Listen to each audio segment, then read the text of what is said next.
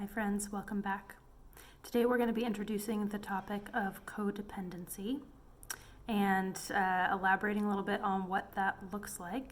This is going to be a really important foundation of understanding for some of the videos that are going to follow on to this, talking about the different contexts where this might show up, why it matters, why it's a problem, and how you can work with it. So even if you've heard this term before or you haven't, or it seems like this isn't a thing that applies to me, I'd encourage you to keep listening because you might be surprised at how applicable this actually is, either to yourself or to some people that are close to you in your life.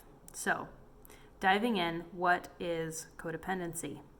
This is just my paraphrased layman's version of describing these traits, but essentially what we're looking at when we think about codependency is a collection of behaviors characterized by an intense need to fix or rescue or save other people or situations, some insecurity in the relationship or in the context, feeling like, I don't know if this is stable, I don't know if this is safe.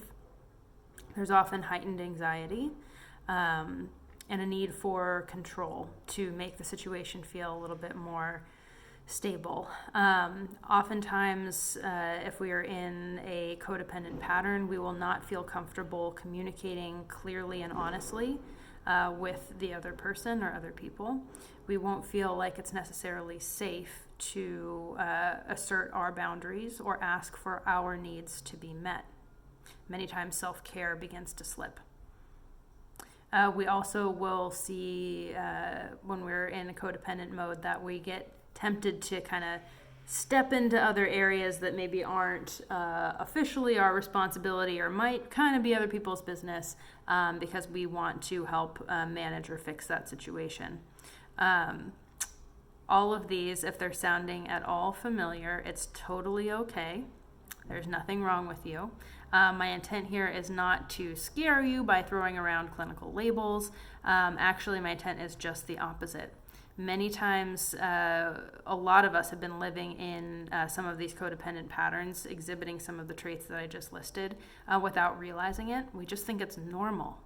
Or maybe you realize it doesn't feel very good and you're pretty stressed out and exhausted all of the time, but you can't really pinpoint why, and it's hard to kind of see the forest through the trees of what these patterns are and know how to label it and work with it. So that's my goal here, is just to give you another tool in your arsenal, another term that you can do some more research and reflection on and see where this may or may not apply to you or important people in your life.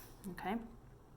Now, we do see this show up in a lot of different contexts. Historically, codependency, that term and research around it and literature on it really evolved out of interpersonal, usually close family relationships for people who were partnered with or in a relationship of some sort with someone struggling with a substance use disorder. So that is absolutely true and a relevant application of this.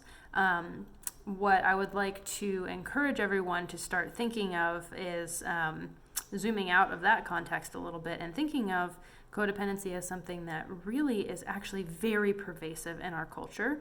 And all of this is on a spectrum, right? So you could have really, really extreme manifestations of this that are pretty debilitating, and you can have, moderate and milder ones. And many of us are on that, more moderate part of the spectrum with this.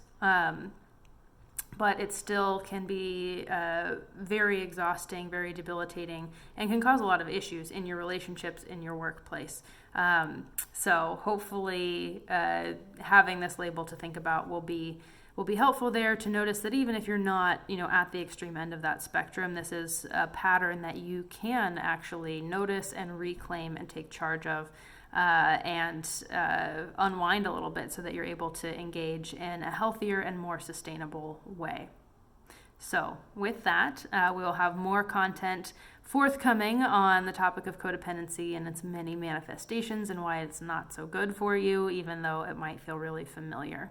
But again, to recap, start noticing for you or maybe people around you where some of those patterns are being engaged. Again, around rescuing, caretaking, over-exaggerated sense of responsibility, not necessarily being able to let go emotionally of a situation, feeling like you have to constantly be hypervigilant and in control, and meeting other people's needs because you can't ask for your own to be met. So you're just meeting theirs, hoping that one day you'll get lucky and they'll return the favor. Okay? This can show up in your interpersonal relationships and at work, which is what we're mostly going to be emphasizing here, because I think codependency at work is something that is not talked about or noticed nearly often enough. So stay tuned, take good care. We'll talk soon.